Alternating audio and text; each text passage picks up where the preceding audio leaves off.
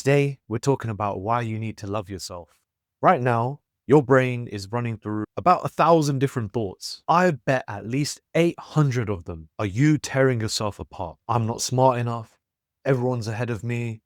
I'm wasting my time. I've grown up being ridiculously hard on myself. Only until a few years ago, I'd be scrolling up at 2 a.m., watching everyone else crush it whilst I felt stuck, overweight, directionless, a complete waste of space. I would never talk to my worst enemy the way I would talk to myself. And here's something I want to ask you. When was the last time you actually looked in the mirror and liked what you saw? Not your outfit, but you. There is no point in being your own worst enemy. We weren't designed to hate ourselves. We learned it, and if we learned it, we can damn sure unlearn it. In this video, I'm showing you why you don't love yourself and 3 simple steps to change that, to start living a happier life today. So let's get into it. On average, we get about 70,000 thoughts a day. Incredible. But here's the not so good part.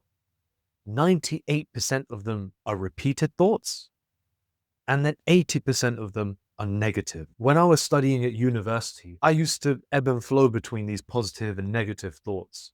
A lot of it was stress about whether or not I'd perform well in my exams, or whether I'd get the right grade. If I didn't, then uni felt worthless to me. Even after I graduated and I got that first-class degree, my brain was still saying to me, well, you're still overweight, still not got many friends, and you're still behind in life. What I've learned is that the self-image you create for yourself, it almost creates this self-fulfilling prophecy that if you believe something to be true, then more than likely you're going to act like it's true. I believed I was a loser, so I acted like one. The brain starts to set a filter for itself. Any compliments get dismissed and any criticisms get welcomed. And you try and set goals, but you self-sabotage every single time. It's not that you're broken, it's just that we're programmed wrong. And especially in this day and age where we've got social media highlight reels trying to show us what a good life should be like, when you're not living anywhere towards that, that makes you hate yourself even more and makes you retreat into your shell. Let's start fixing that, because it sucked for me and I know that you don't want to go through the same thing. The first step is to start writing down compliments that you've received about yourself. Grab a paper and write down every compliment you've ever received, big or small. Recall the specific moment for each one. For example, where, how, what was the context? As you write it down, the brain is actually reliving that memory and creating those good vibes for you to start getting those positive feelings to return. Here's an example. Someone may have told you, you're really good at explaining things and breaking things down. Or someone may have said, hey, do you know what? You're really good at listening or giving me advice. What it does is, as you do this over time, it retrains your brain to start accepting that positive feedback. Definitely worked for me. And what I used to do as well is just write down 3 small wins every day linked to these compliments, and you'll be surprised at how much you can find. But the next part, and I got this from watching a Joe Rogan video, he mentioned something that was actually pretty cool. What you want to do is you want to imagine yourself being filmed in a documentary from a third-person perspective and kind of act your life in that way. Now, that has a different meaning to what I want to mention here, but you got to watch yourself a bit like a movie character. And what do I mean by that? From the outside, you're not a loser. You're just someone who's making an effort and who's trying to make progress in their life. Would you be this harsh to a movie character?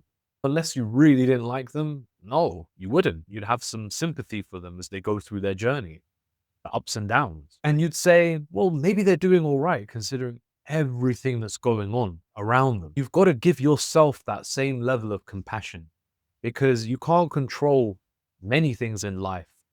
What you can try and control is the progress you make in moving forward, but also in accepting the situation you're in, giving yourself a bit of compassion and just taking it easy on yourself. It's funny because one thing my mentor has said to me for years now is, man, you're way too harsh on yourself. You need to cut yourself some slack. I agree with him. And it's only really taken me now this last month or two to really start letting that sink in and being more appreciative of what I have and where I am in life right now. Not everything has to happen by tomorrow. It can take its time. But also knowing that if something doesn't happen, that doesn't necessarily mean that I'm a failure and that I should hate myself.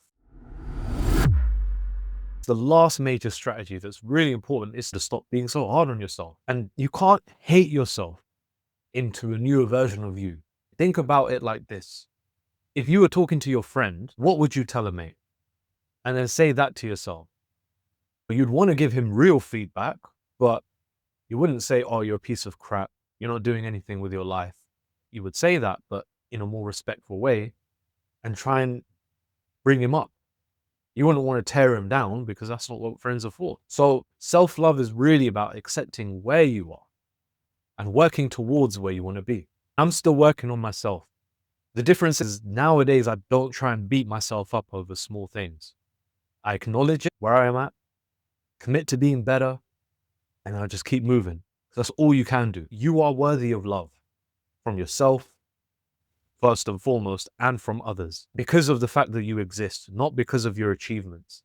When you die, people are going to talk about what you were like as a person, not what you achieved in life. So really with that, you've got to give yourself that freedom to just work towards being a better person, loving yourself and accepting yourself. Once you accept yourself, there's so much liberation and opportunity that comes your way. If you want to talk about this one-to-one with me, I've got free coaching calls down in the description. Make sure that you stay subscribed so you can have more lessons like this coming to you every week, and share it with someone who needs it.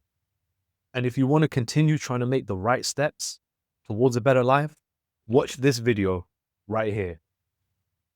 Peace out.